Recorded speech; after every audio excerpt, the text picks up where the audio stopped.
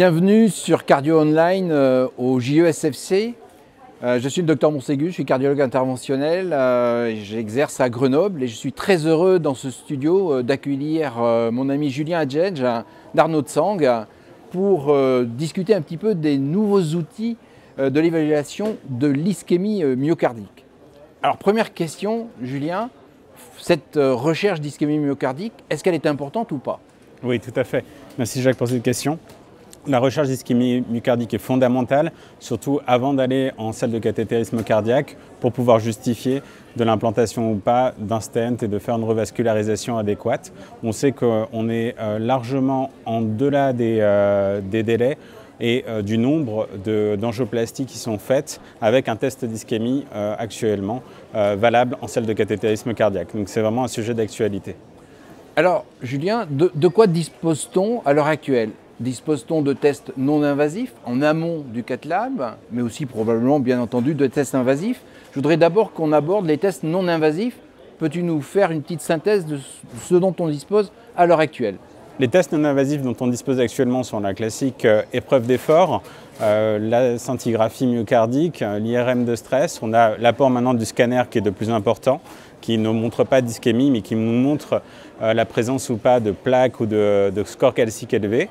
Et on est en train de voir avec les innovations actuelles des méthodes de perfusion qui permettent d'avoir plus de sensibilité en termes d'ischémie, notamment en ce qui concerne l'échographie, la scintigraphie, l'IRM et le scanner, avec des examens qui sont de perfusion, avec des traceurs qui permettent de déterminer le degré d'ischémie myocardique de façon beaucoup plus précise qu'avant. Donc ça, c'est vraiment une nouvelle approche, mais qui est toujours dans le domaine de la recherche et l'innovation et qui est encore pas assez accessible actuellement. Donc on voit bien qu'on est en phase de recherche sur les nouveaux outils pour détecter cette ischémie myocardique. Et qu'en est-il des nouveaux outils dans le champ invasif?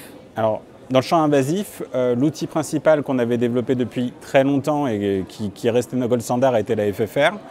Il a pu être déterminé d'autres outils qui sont la recherche de la microcirculation avec l'IMR pour séparer un peu les deux compartiments coronaires, celle qu'on peut traiter, la sténose épicardique, celle qu'on ne peut pas traiter, la microcirculation.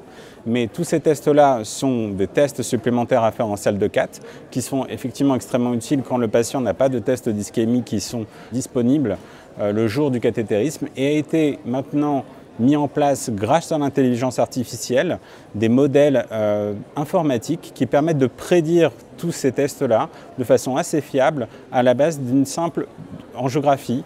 Alors c'est un couple d'angiographie coronaire qui permet avec une analyse avec un PC standard en quelques secondes de faire de la physiologie coronaire virtuelle 2.0 pour 2023 qui va nous permettre d'avoir la FFR virtuellement et même des apports sur l'état de la microcirculation virtuellement. Eh bien, écoute, c'est vraiment fantastique de se dire qu'en 2023, avec une simple angiographie, on arrivera à définir si le patient est ischémique sur un type de lésion coronaire que l'on a juste devant ses yeux. Merci Julien. Merci Jacques. À très bientôt.